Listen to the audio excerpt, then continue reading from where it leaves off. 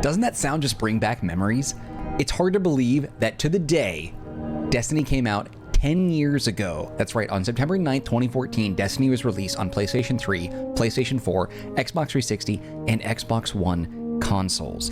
Since then, the game has had a lot of highs, a lot of lows, a lot of celebration, a lot of criticism, and Bungie, its developer, has gone through a lot of changes. Now, I'm not here to talk about drama. I'm here to celebrate Destiny, its impact to me as a game, as a part of the community, and as someone who made a lot of great friends that played a lot of hours. In fact, booting this up for the first time in nearly 7 years, it said that I had 3,367 hours played on this Destiny, the game. I promise I do have a life, although the hours I put into this would suggest I don't. But I had like an endless summer playing this for a couple of years with some close friends that I made online, trying to complete raid challenges and other different things, fire team events. Like, there's just so much to talk about. And so the point of this video, as I said, is to celebrate my experience with this and to revisit old characters, old locations, take a look at our loot that we had, the weapons and the armor that we had equipped. I want to look at my vault. I want to say hey to Kate again. I want to talk to Gina Torres as the original Ikora Rey. And I want to say, hey, there's just so much. There's so much that I want to do. So without further ado, let's jump into it. Now, before we go any further, I just do want to say, if you enjoy this video in any way, shape, or form, show your love by hitting the like button. And don't forget to subscribe if you haven't done that already. Now I'm going to jump into the game. We're going to look at our characters and explore our vault. There's just so much that I want to do. This is really cool. Oh, wow. My Hunter, my Titan, and my Warlock are here. Look at that. The aesthetic of Destiny 1, in my opinion, is vastly superior to Destiny 2. I don't care what anybody says. I like it more, and I think it's better, and that's what I'm going to say about it. Now, you'll notice that with all three of these characters, they are of equal level at 40 and light level at 400. They combined this later in Destiny 2 to be one thing. But essentially, you had a light level, which was your damage output and damage resistance. That's the bigger number. And this number, the smaller one, if I'm not mistaken, it was basically just a way to lock you out of equipping high level gear. So you had to like level up a different way. Like your armor and weapons had an impact on this yellow number, whereas your overall player experience is this white number here. Now, I mained a Hunter the majority of the time, and then followed distantly, secondly, by Titan, and then barely any by Warlock. Now, the Warlock is probably going to be the one that's the least interesting for me because I don't have a lot of gear on it, but we're going to jump on the Warlock first, inspect it. We'll jump on the Titan, inspect it, jump on the Hunter, and then go into the tower, take a little tour of that old classic space, look at the vault, look at our weapons, and just say hey to some characters that are no longer present in the game. There's a lot between the original Vanguard, the Speaker, factions. There's just so much. But let's jump into this now. Okay, so our Warlock, I think, only has not even a complete Void class. We have the Sunsinger, which was like, I think, the Resurrection class, right? Which was so good, or the subclass, where that was a clutch thing to save you in dire moments in raids, or if you were playing in competitive, the Warlock had the ability to resurrect itself at full super after death, which was fantastic. Its armor set, not that interesting. I do see the Devouring Maw here. This was a Strike exclusive helmet, I think, that one big shank thing that was over in the Cosmodrome, a strike that later came back to Destiny 2, but I don't think this helmet did. A couple other pieces of armor, nothing manacles, fitting aspects, a couple of different armor pieces. Ooh, that is very pretty. Look at that. That is a great looking set right there. Oh my. Vanth Orcus. I like the... Are these all one part? No. Vanth Orcus. Yeah, they are. Okay, very cool. This one... Yeah, we'll just leave that on there. Oh, we also have the Splice Red Miasma boots. These are the Wrath of the Machine boots. Wrath of the Machine being the only raid that did not carry over from Destiny 1 into Destiny 2. And as far as the bonds are concerned, this one is interesting. The Stormcaller bond. This is one of 4 exotic bonds that you can get for the Warlock. This one in particular was one of 3, one for each class, Hunter, Titan, and Warlock, that you got as a pre-order bonus. The other 3 are for leveling up with the factions, which are now defunct and no longer present in Destiny 2. Artifacts, things that can boost up your stats and also sometimes have other effects.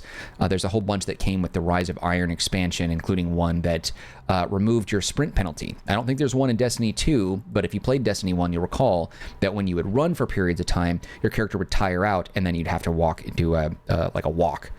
And then you'd have to wait until that endurance kind of built back up, and then you could run again.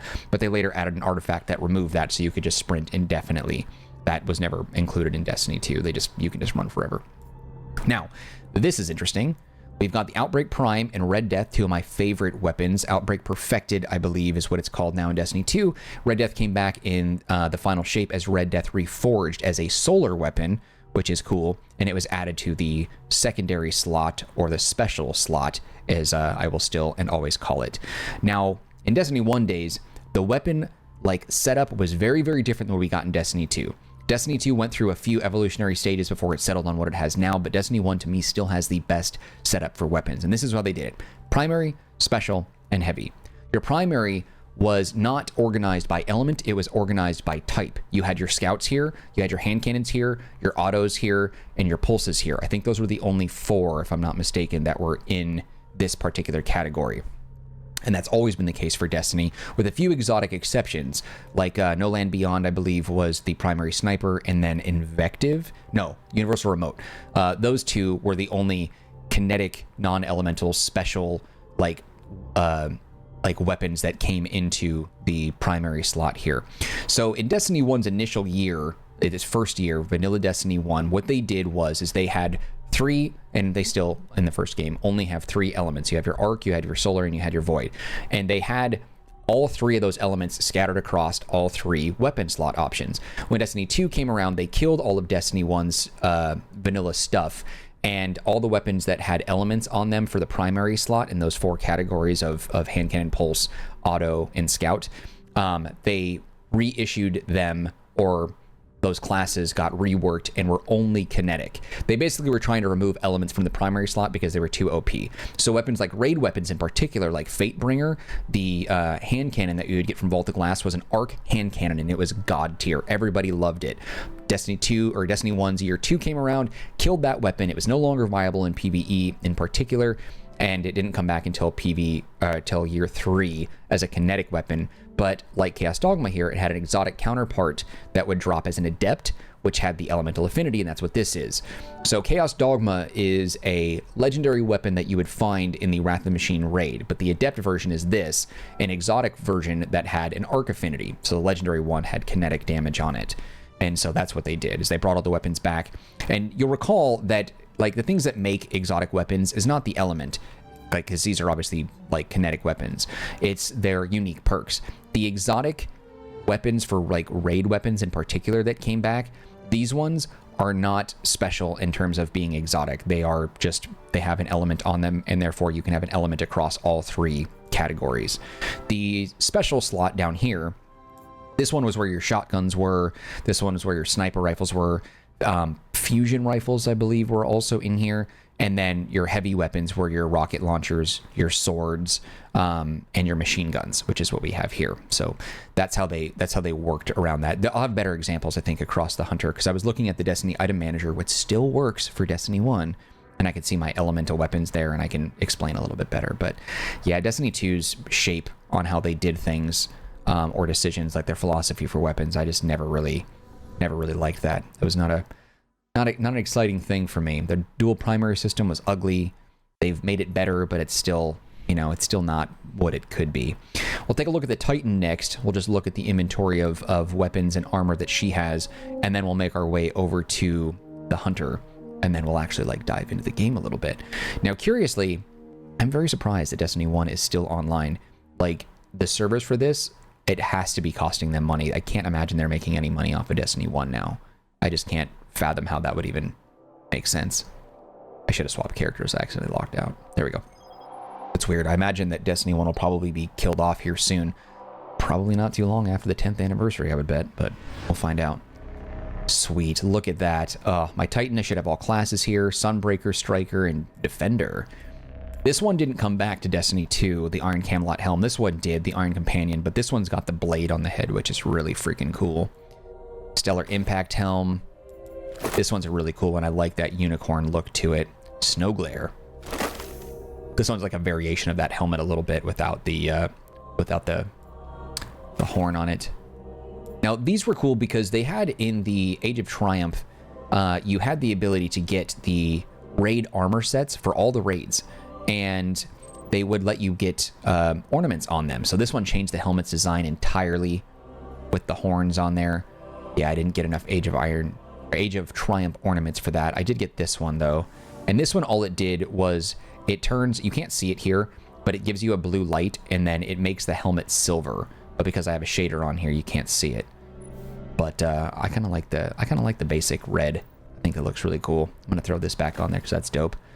Oh man, Maulers, remember that strike over on the Dreadnought? Loved these. This is one of the only examples I think where the shoulders were crazy huge for a legendary armor set. Like most of Destiny 1's armors, in my opinion, look so much better. But like also within a reasonable size ratio too. I feel like Destiny 2's armor, especially the arms, they're all so freaking huge. That looks really cool. They're all so freaking huge. It looks like you've got kitchen sinks on your shoulders. See, like that's so small. Like this one is the biggest one, and even that looks smaller than the smallest set that you could get in Destiny 2. I over exaggerate, but like these are not big. Like they look real good. Some of these are not even fully maxed out. Duskrender Type 0. That one looks really good too. Oh man, the Twilight Garrison. Once again reconfirmed to never be coming back. This is the one that gave you aerial maneuverability with the Titan with like a jetpack. It let you zip back and forth, which is really cool. Dune Marchers. Stellar Impact Greaves. Ooh, those are ugly. That doesn't look terrible, but let's put these back on. The exotic class items. God, I miss these. So factions were removed from Destiny 2, like I think after like year 1 or 2. Like they pretty much killed or removed all the characters. We just don't know what happened to them, or they're dead.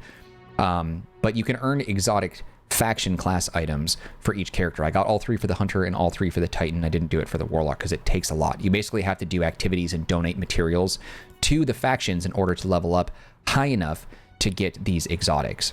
You can only equip one exotic at a time, in the sense that you have to, like, I have to pledge to Dead Orbit in order to wear this. So this is grayed out. I cannot wear the Future War Cult exotic because I'm not in alliance with them or allegiance with them. But you have legendary versions that you could get that have the exact same look and feel. What they don't have is like the exotics have increases like your gains with that particular faction, and it has a special animation when you like spawn in.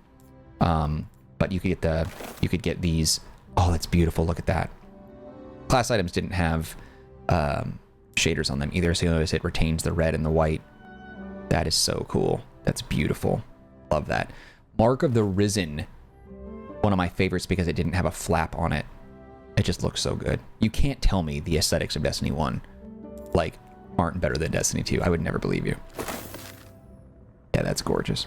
I'm gonna pop this one on just because. We're still at 400. Yeah. Original Suros Regime. Cryptic Dragon. One of my absolute favorite scout rifles. It wasn't the best by any means. Third Eye, explosive rounds, Zen Moment. Beautiful. And you can change the scopes. Remember that? You can change the scopes on Destiny. Ugh, hate that they removed that. The Suros DIS-47. I got this from Armsday, which I'll explain later. That was from Banshee. And this is just a really good full auto scout. They didn't have full auto scouts, I don't think, across the board for a lot of weapons. Some of them had it as a perk, but it wasn't as common as it is today. In fact, you can turn on like full auto for every weapon automatically now if you wanted to. Fever and Remedy, another exotic variation of the raid weapons. These are adept. Not a huge fan of Hawkeye weapons. I never liked them. Genesis Chain. This one is really cool. Love that. It's a really cool weapon. That's dope. Ah, Atheon's Epilogue. This weapon did not come back for Destiny 2. Neither did Praetor's Timepiece, which was the Pulse Rifle, which were two truly fantastic weapons. Steel Medulla, Vision of Confluence. This one came back, but it was moved out of the primary slot. It retained its solar, and it went to the secondary special here. No Land Beyond. Yeah, Devrim has this down in the EDZ. You can see him using it. I don't know if he actually shoots enemies, but he does have the weapon, and he's always like aiming down the sights in this thing. I think he shoots like, you know, fallen that are roaming around. I'm not sure, but anyway, it's technically in the game. You just can't earn it or use it, but there's no reason to. The only thing that made this exotic was that it was a sniper that went in the primary slot, which was particularly useful for PvP, especially in competitive. I didn't really see anybody using it in like raids or challenging PvE content though.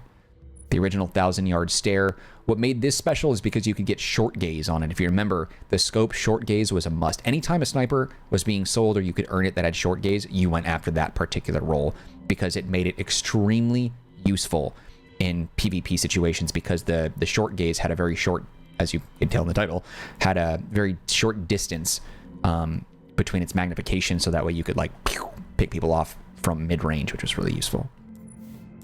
Praetorian Foil, this one also didn't come back with Destiny 2's Vault of Glass raid. The Swarm, Silvered Dread. Super good advice. Did not come back with Destiny 2 either. Remember this one? Pretty good all-around weapon. All right, and yeah, so we've got some more artifacts down here. You got your Ghost. I have the best stuff on my Hunter, no doubt. Okay, let's go ahead and pop on over, and we'll change the character and see what the Hunter's got, and then we'll explore the tower. It's so crazy to be playing this game. I have so many good memories over this. With all the hours that I played, I made some really great friends and sometimes some enemies in PvP with this. Let's go ahead and head down to the tower real quick. Spent so many times trying to get to the lighthouse, working together, building loadouts, trying different techniques. We only ever made it to the lighthouse once. We were terrible. We were terrible when it came to competitive PvP. But that was when Destiny was at its high point. Trials of Osiris back in the day, oh man. It was an exhaustingly painful time, but it was so much fun. But it also was like very frustrating. Yeah, Destiny 2 did its Trials of the Nine. Wasn't really a fan of that. Never made it to the lighthouse in that or in Trials of Osiris. It did have that exotic ghost in Destiny 2, that blue one with like the little... Yeah, that thing was really cool, but I never got that in Destiny 2. Never made it to the lighthouse in D2. Didn't really care to. Wasn't as engaged with the PvP stuff that way. Wow, look at that. And there's a bunch of players here. Look at that, a bunch of level 40s over there. Look at them. That's amazing. And 40 over there. More players, level 14.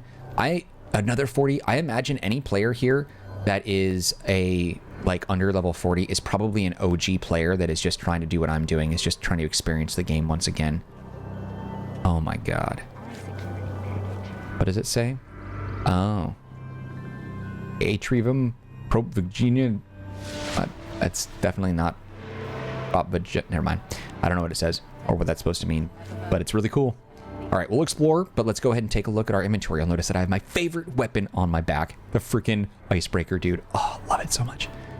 The Ghost Angel armor set is my absolute favorite set across all of Destiny, specifically because it was the first armor set I ever came across when I booted up the game. I was an alpha player, a beta player, and then when Destiny 1 initially launched and I got into the game, I was so lost and confused, I had no idea what I was doing. But I remember over in like the Vanguard area, one of the merchants was selling the Ghost Angel set in Destiny Year 1. But back then you had to buy it with like legendary marks, and I just like had no idea how to get them. I didn't know what they were or whatever they were. And I was never able to get the set. And then so I didn't get it in Destiny Year 1. I didn't get it in Destiny Year 2. And then Destiny Year 3, they reissued all the armors and all the weapons from Year 1, I'm pretty sure. All the ones I wanted anyway. And I was able to get the full set. And I'm rocking it now.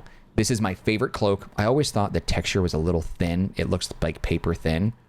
But I love the design overall anyway. Gorgeous looking freaking cloak, dude. I love this. Now, back in the day, the shader system was also very different too. So while I'm rocking no shader at this point, like there's a handful of different shaders that covered your entire armor set. It wasn't like it was in, or as it is in Destiny 2, where you can like customize individual pieces. Like it's an everything or nothing type of thing, which I'm actually kind of fine with because I'm really bad at mixing and matching colors and trying to get everything right. So I kind of like the idea of like, you know, having the system choose for me. Oh man, the freaking horns, dude. That's a horrible horn. Do I have any other ones? I can go pick them up. Oh, a bunch of freaking. Oh, the time breaker. This one's at. Yeah, so you had some that were 50, some were 60. You had to boost this up to get it to be a higher speed, I think, or it was I don't remember. Maybe it was. Oh, this is the one that had the highest speed in the game, the time breaker, but it blew up if you kept on pushing it even further. That's so funny. I forgot about that. Oh man, all the ships. Building Seeker.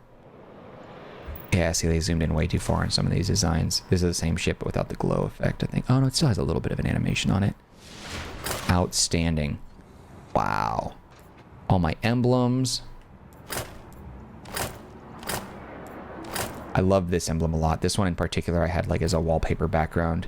I photoshopped it into a full screen thing and had it as a background for a while. I think, I don't remember, this one maybe? Or this one. One of these is like what you get for ranking up really high. This one matches the cloak, and this one matches the cloak too. I love this one a lot as well. The different armor pieces, unyielding cast. This is from Crota's End.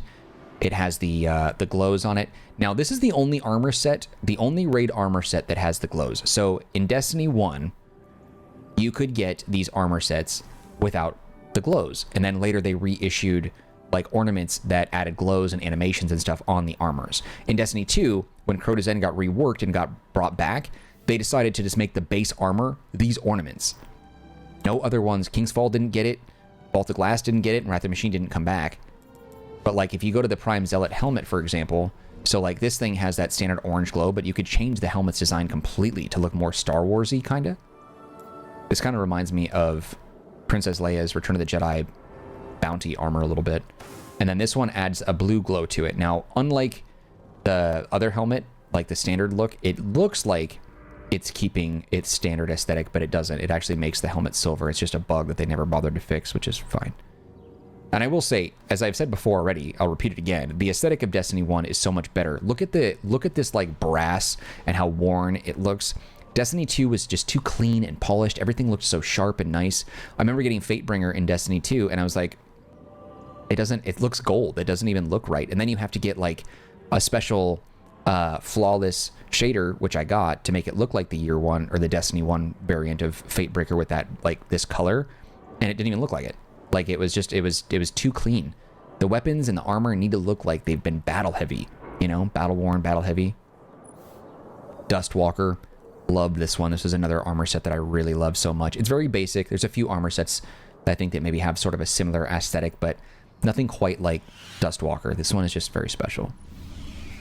Oh, another helmet from Wrath of the Machine. Another armor piece from it with the different glows. Those are really cool. See, even the Celestial Nighthawk has a very unique look. Destiny 2 does not capture this aesthetic. Look at the lines. It just looks beat up. It's scratched. The texture in it doesn't look as smooth and polished is what Destiny 2 has. Dream Eater mask. This one's really cool. I remember you get that in the Rise of Iron stuff. Look at this skull mask. It's really rad. I didn't even know I had this. I wish it had like a light level on it because I would rock this. It's so cool.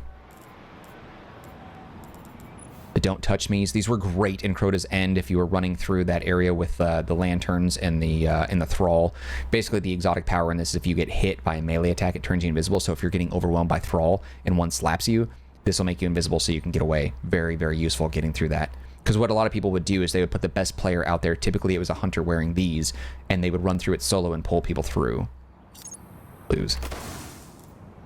The Mongrel Ogre's Grasp. This is an arm set specifically exclusive to the hunter that was available through a strike.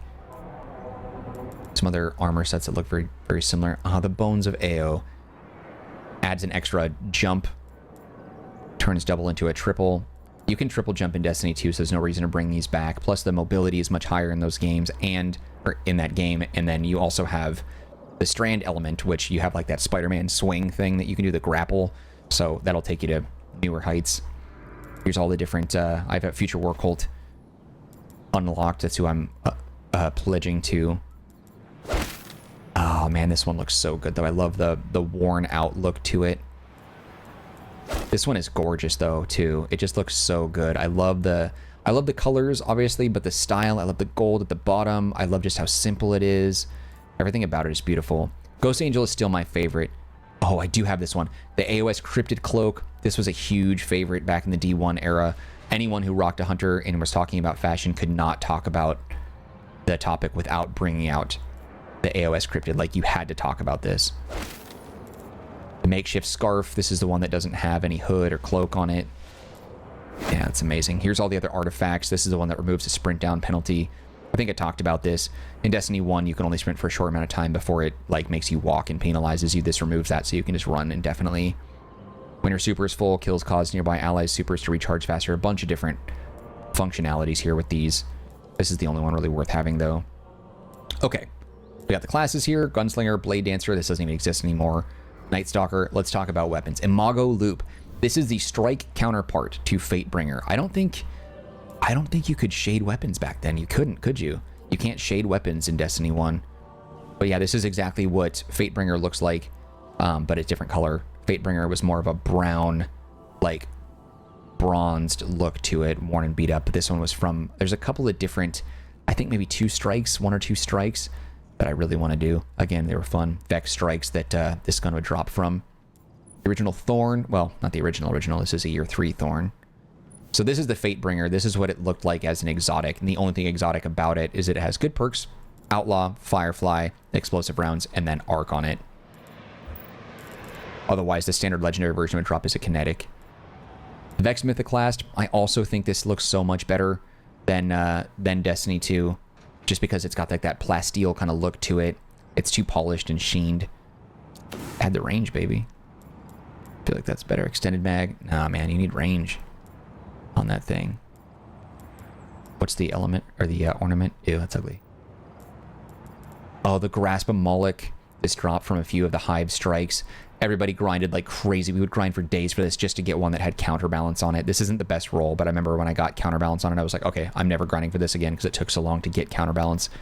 Back then, the sway of like your bullet streams and stuff and the direction that the weapons would shoot was so important.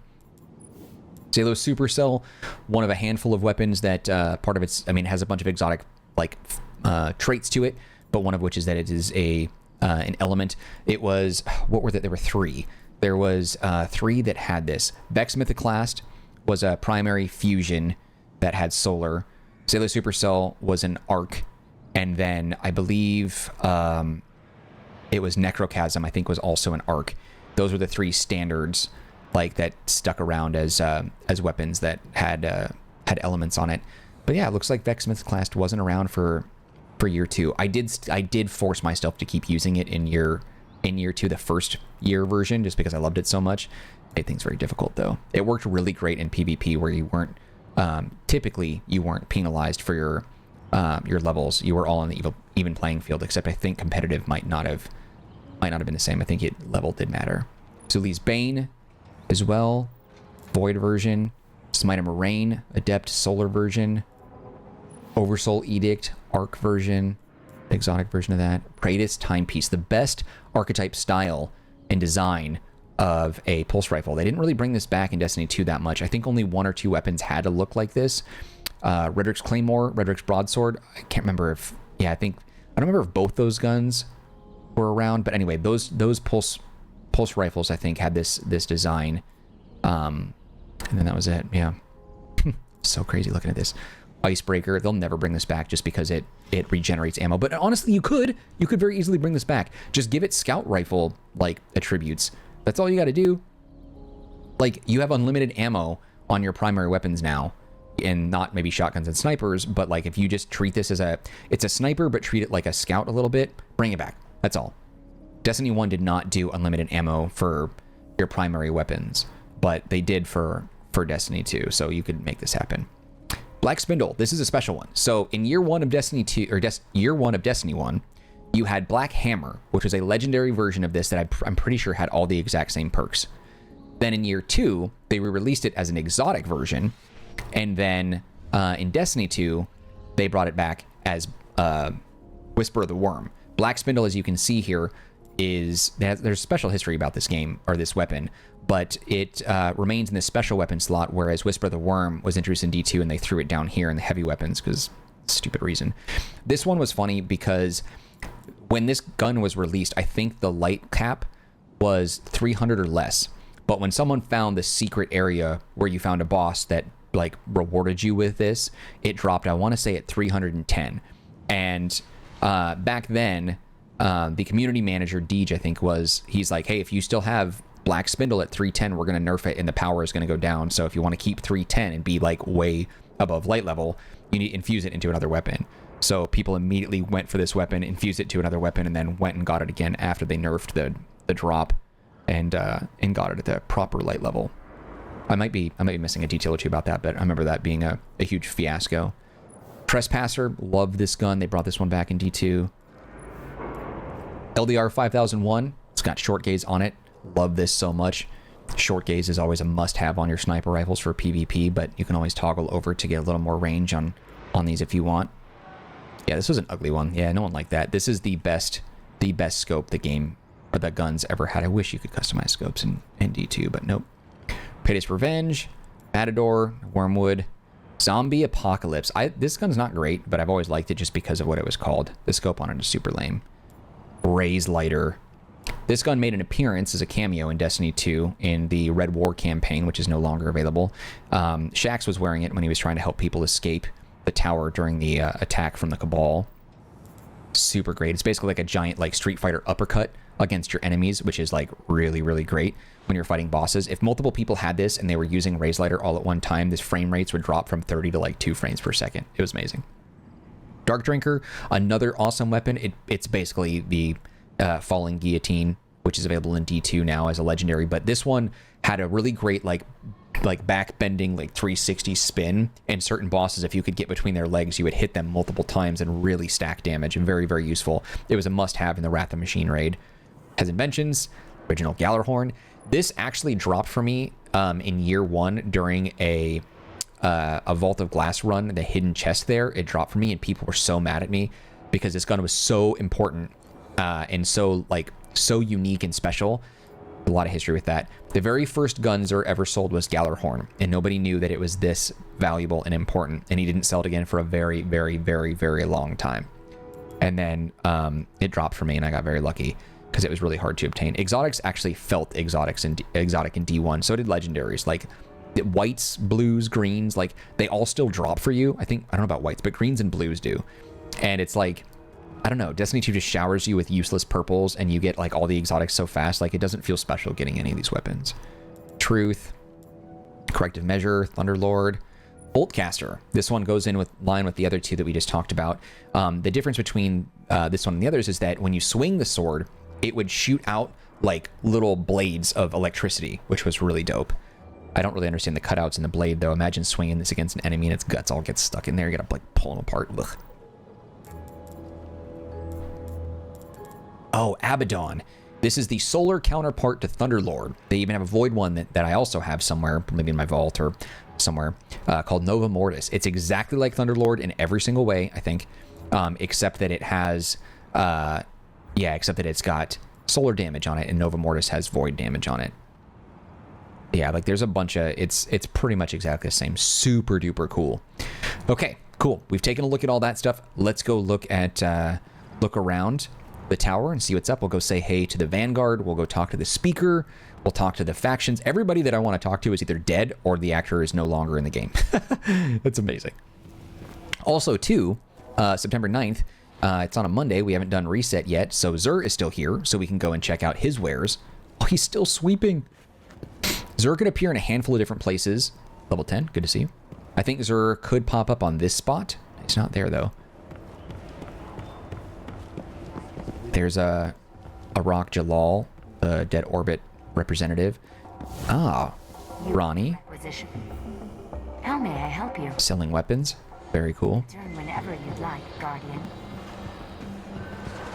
Where's Amanda Holiday? Oh, she's up here. You can... Oh, your ship collection is here? It was wow. Just last week. And go through and just see your overall collections here. This one was a hard one to get, I think. The Agonaut Carve. I don't remember if you had a special challenge you had to get that. This is the Wrath of the Machine one. You had to do something special to get that one. Affirmative. And a Holiday. She's dead. New ship today? Accordingly. I'm good. Take care, Guardian. A Rock over here. Dead Orbit. We could use your help. Weapons and gear reflecting their colors and palettes and all that. I've already ranked up so much with him, though. I have everything that I could ever possibly want. I will never need to grind with him or any of these people ever again. Oh, all of your sparrows are in here? Oh, you have to get off to the side. Weird. Wow. Nightbird. No exotic ghosts, no exotic emotes, no exotic ships, no exotic sparrows. Now we get way too many in Destiny 2. Everything's exotic, so nothing is. What's Back here, anything? Yeah. Someone found an exotic, like, in the game files, I guess, but, like, it never came to fruition. I don't know if it ever came to Destiny 2, though, whatever it was. Now, this character, I think, was killed in the Red War campaign or shortly after or somewhere. I don't remember how she died, but she died somewhere in Destiny 2's, you know, first few years or first several years, whatever, I don't know. But she came back, or is back now, in the form of Maya Sundaresh.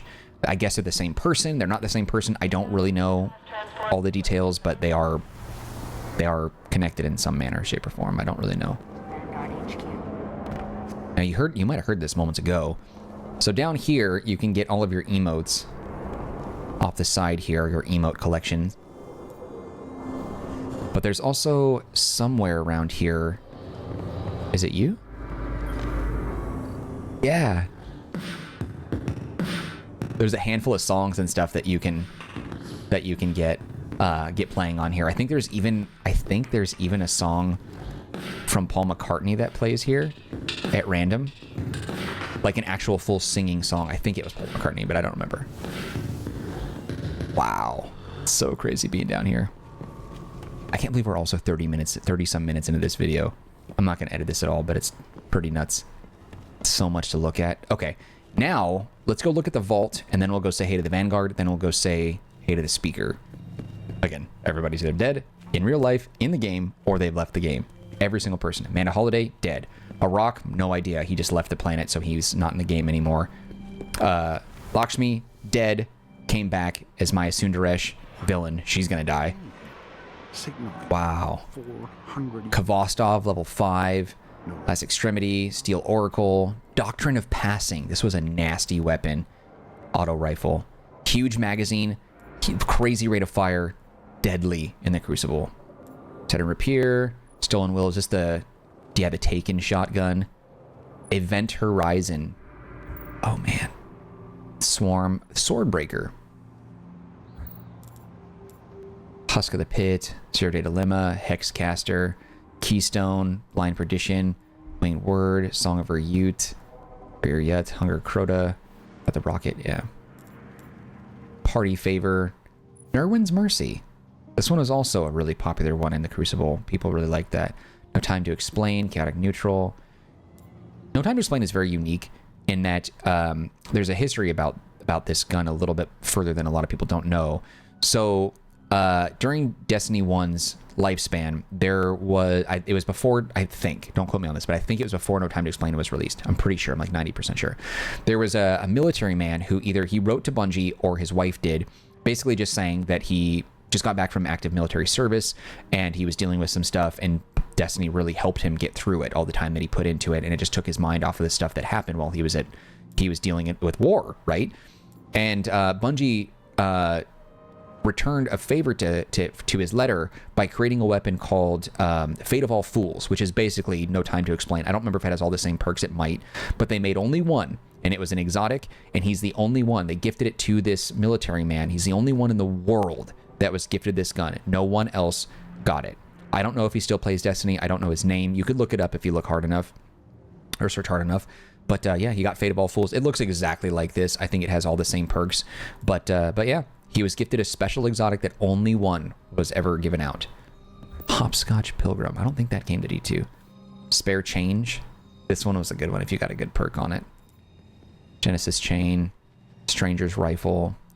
Steel Medulla. See, here's a legendary version of it. Hung Jury. The original Hung Jury, dude. Triple Tap and Firefly. Oh, I think you got that from Armsday. We'll talk about that in a minute. Midas Reckoning. Necrochasm. Unbent Tree. Yeah, there's a whole bunch. Universal Remote. What else do I have? Armor in here? I don't think it shows armor for other classes. Oh, I love this one. Devil's Dawn. That's a cool one. That's a really cool design for a sniper. I don't think it was very effective, but it was really cool.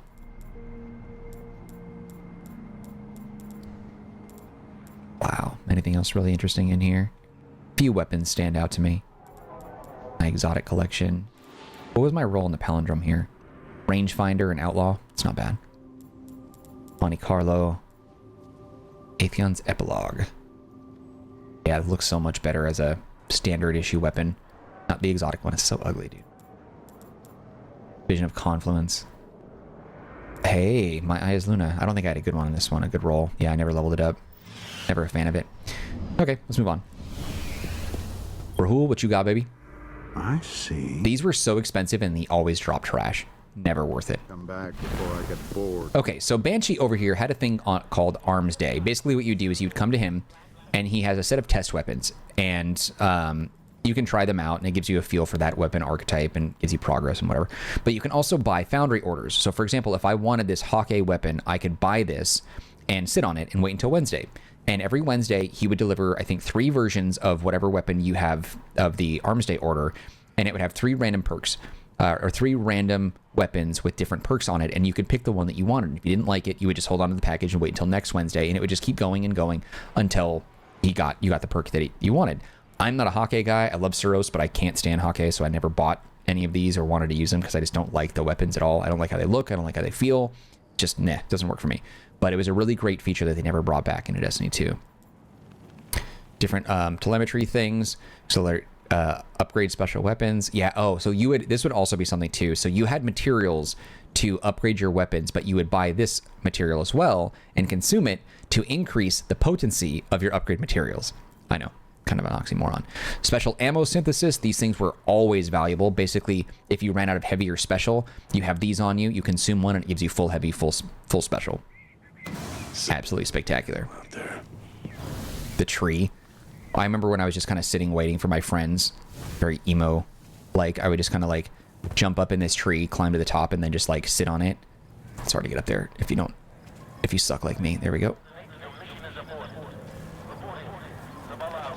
Oh, Zavala, you can hear him. Yeah, and I would just chill up here. I would just do my little sit down, hang, watch the tower. I always thought it was so cool. Such a freaking dork, man. Leaks radiation. Very Hunter-esque though, right? All right. The bounty board dude sells a bunch of bounties and stuff that you can get from here. Wow. That's where you get all your bounties for Vanguard and where you get them for the Crucible. I'm pretty sure this is where Saladin showed up. I think like right here or something like that. There's nothing really here right now though.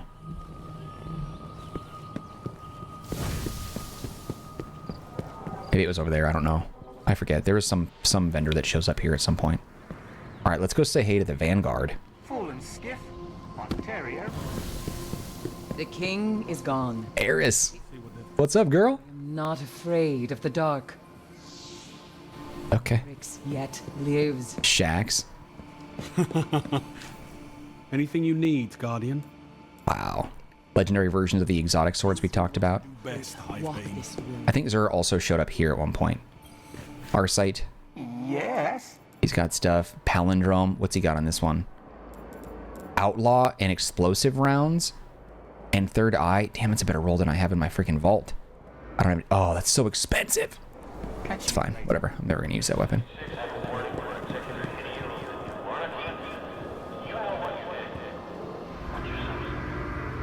Cade 6 talking trash to the new monarchy. Exotic weapon blueprints. Here's where you could pull out your exotics if you have room for it.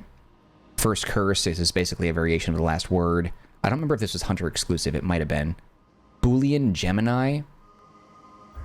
Was never really a huge fan of that weapon. Sort of. It was kind of an all. It was one of those like all around decent weapons, but it would never be one that you would choose over anything else. Yeah, here's all the exotics that I have for the raids. They're just the elemental versions of the legendaries. I didn't unlock all of them. No Land Beyond. Hereafter. Was never a big fan of this one either because it always reminded me of a fishing pole. But I remember getting killed by it a lot, so it definitely had its uses. I think everything else in here are ones that we've already talked about. Yeah, all the year 1 variations. Here's Nova Mortis. This is the Void version of Thunderlord. It's basically Void Lord. Oh, man. Pocket Infinity. Okay, this was the original Telesto Problem Maker weapon. This thing was insane. It was not only far too powerful, it literally broke the game. Using it would crash the game, so they had to disable it for year 1, and then it never made a return. It looks cool.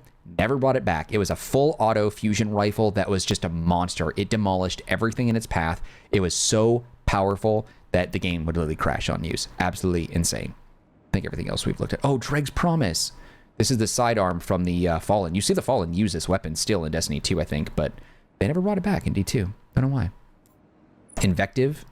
This was the one that got regenerated ammo on its own. Oh, the sword. This is the Young Wolf's Howl. This is the one from Rise of Iron. Looks more like an Elden Ring sword to me, but never really my thing.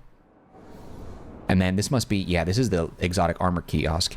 So everything was like really separated. They did not include anything for Titans and Warlocks if you're on your Hunter. So everything was very separated. There wasn't really a lot of exotic armor here, but oh, the Acleophage symbiote. Oh, so cool. Look at that. Rad. What did this one do? I think it only gave you, yeah, an extra golden gun shot. Mask of the Third Man. This one is really great if you were a blade dancer. Helps extend its duration. The ATS-8 Arachnid. This one, there's a few helmets that kind of look like this a little bit, but none are as cool as this. I'm sorry, you'll never convince me otherwise. Such a Nighthawk. Skyburner's Annex. Was never a fan of that one. So crazy. Oh, the ATS-8 Tarantula. Or is it Tarantella? Because that's not how you spell tarantula. But it looks so good. It's too bad you could never use these two things together, the Arachnid and the Tarantula, because they just can't have two exotics at the same time.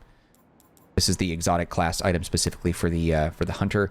We saw the Warlock one. The Titan one is an orange Sunbreaker mark, and it also has a hammer that he carries around his waist, which is really cool. The Titan hammer. Really dope. What was this kiosk? I don't know what that is over there. What are you? The traveler is Abandoned quest. Do I have anything in here? Wow, I have a whole bunch. That's all right. I plan on doing a playthrough of Destiny 1 at some point after this particular video goes live. Beauty and Destruction. So whenever that is, yeah, I'll probably do all those quests too.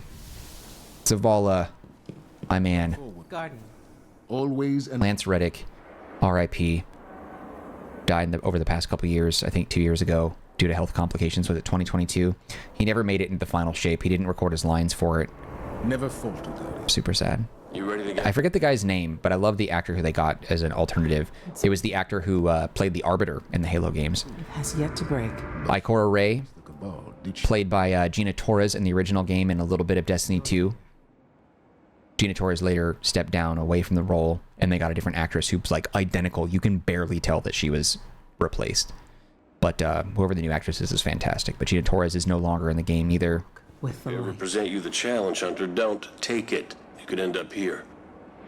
The Challenge. I don't remember him saying that line to me before. I think that's about... Pleasure to meet you, but I ain't got a... That's like, I think when you... Whoever kills... If you kill Cade, you take over as the role or something as the Vanguard, I think. Is that what he's talking about? The Vanguard Dare or the Challenge? I don't know. Maybe it's something else. Nathan Fillion famously did not return for Forsaken, but he later came back to reprise his role as Cade in the final shape. And then he sacrificed himself and he died anyway. And so Nathan Fillion never come back, which is heartbreaking. I do hope they do like a live action, like live action Destiny series someday, and do Cade and have Nathan Fillion voice the role. That would be the greatest thing. You watch yourself. Now, depending on what class you are, in this case I'm a Hunter, sometimes there would be unique dialogue between whoever it is that you're representing. So I'm a Hunter right now, so Cade respects that. The others are not mean or to you for not being their class, but Damn, I envy you. they don't necessarily shower you with love either. I know Ikora would... Or a warlock hunter. Yeah, see, she says things about, like, you not being a warlock. She's like, what can the Warlock Vanguard do for a Hunter? Like, she recognizes your difference. And then if you do happen to be her class, if you're a warlock and you talk to her, she'll sell things to you, and she's got a little bit more love for your representation, which is kind of cool. All right, let's go take a look at... is this technically the west part of the tower, I guess? Because the sun is over there. Sets in the west. Yeah. Oh, Tess, what do you got, girl? Let's see if I can help you. Treasure of Ages. She's got some armor sets. Ornaments that she drops. I have a lot of these, I think. I don't know about all of them, but I got quite a few. This was back when things weren't as predatory. Bungie has become very anti-consumer, and they did this to themselves. Specifically, the leadership. They got greedy, anti-consumer. In fact, it was revealed not too long ago that Activision was very against the Eververse store and was very against microtransactions in the D1 era. But Bungie pushed forward with it anyway because they got greedy. Can you imagine Activision is telling you to stop?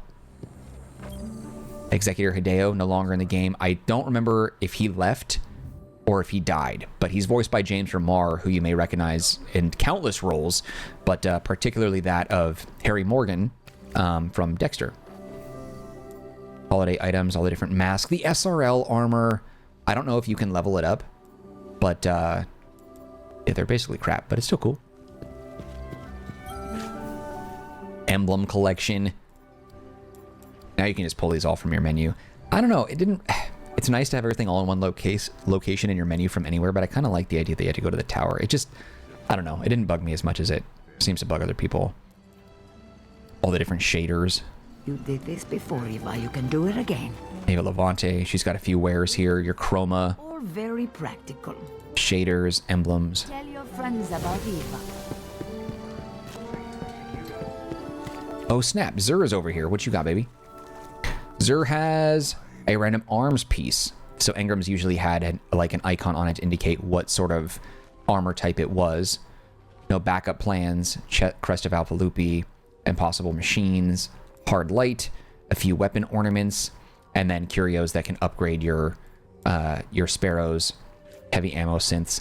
3 of coins. Okay, I have some of these on me, actually, so this is something we're talking about. They never brought this back into D2, but basically what this was is this was a consumable that would increase the drop chances of exotics. And I'll never forget, when this first launched, my friend called me while I was at work, and he's like, Mark, you have to get home and you have to play Destiny. I just found this exploit. There's a spot, I don't remember exactly where, but it was on a fallen skiff against a fallen yellow bar. And basically what the strategy was is you pop a 3 of coin, you would run into the room with this boss, and then you would get right up in his face. Like your character would physically be touching chest to chest with the boss, and you would shoot the floor where you were both standing. It would kill you and the boss instantly and had like an almost guaranteed drop of an exotic, and it would respawn you outside the room like 20 feet away, and then it would respawn the boss, and you would just run back in and recycle that over and over. He was showered with engrams. It was ridiculous. He was showered with golden engrams. He had a golden shower of engrams of exotics, and I remember by the time I got home to try it, they had already nerfed it, but it was still a somewhat effective way to get exotics, because while still nerfed, this was still a viable thing. It still had a pretty good chance of dropping an exotic. It's way lower than what it was. He was like 90%, almost 100% every time he popped one. And then the glass needles, these are things to re-roll the abilities and stats and stuff on your exotic armor. And lastly, the last place I wanted to take a look at was here, inside the tower, taking a look at the speaker. Stronger. Not now.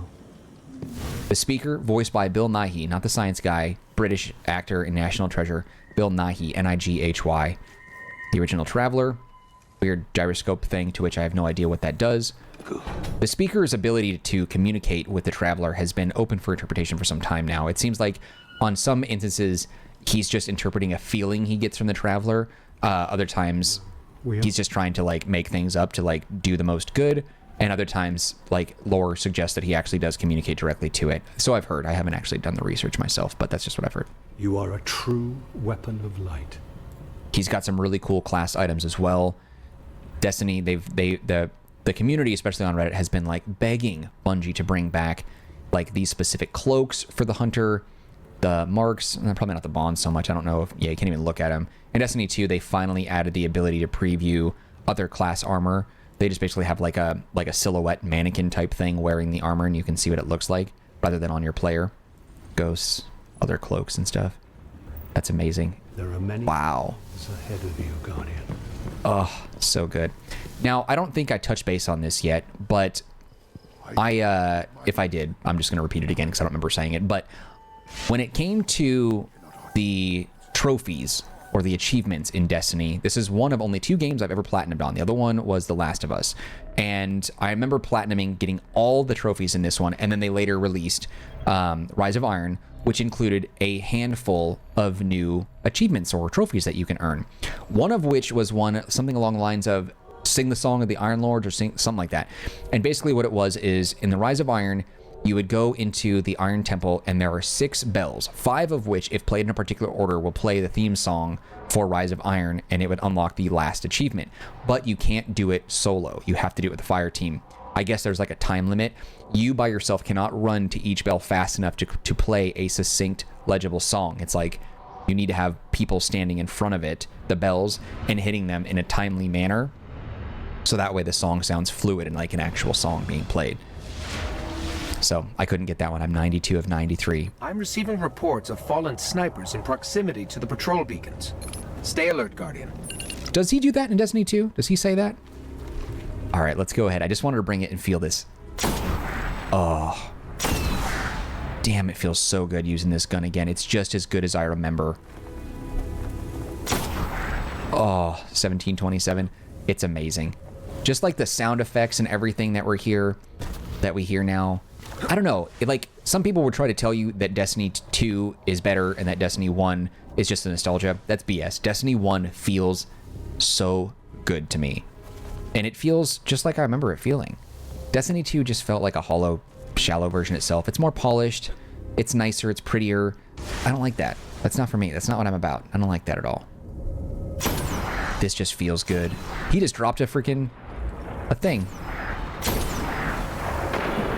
I think the 3 of coin also works. He dropped a green. The 3 of coin also works. Is it materials? Yeah, armor materials. The 3 of coin works until an exotic drops, I think. Or it has like a timer on it. I don't remember exactly the specifics, but I'm going to use those in my playthrough, so I'm glad I bought those. This is so cool. And then, oh, this is the last thing that we're going to do. So one thing I recall doing in Destiny 1 is when I first landed here, I was running around exploring the Cosmodrome, and I remember going, wow, white ammo, freaking white ammo, because there's no unlimited ammo in this one. I remember going down here where you had those big, like, scary hive knights, yellow bars with like a skull and crossbones on it, indicating that you just were not strong enough to fight them and do any damage, and they would like one-shot you. 10 years later, bitch, I'm coming for you, Hollow Knight. Yeah, eat that. That's fantastic. Black Wax Idol. Yeah, see, I don't know exactly, I don't remember every little thing around this, about this game, but it's so much fun to revisit it. I also love the ghost that I have too. I didn't point that out, but the Dread Explorer shell is my favorite Destiny 1 ghost. I just love him. He just looks so good.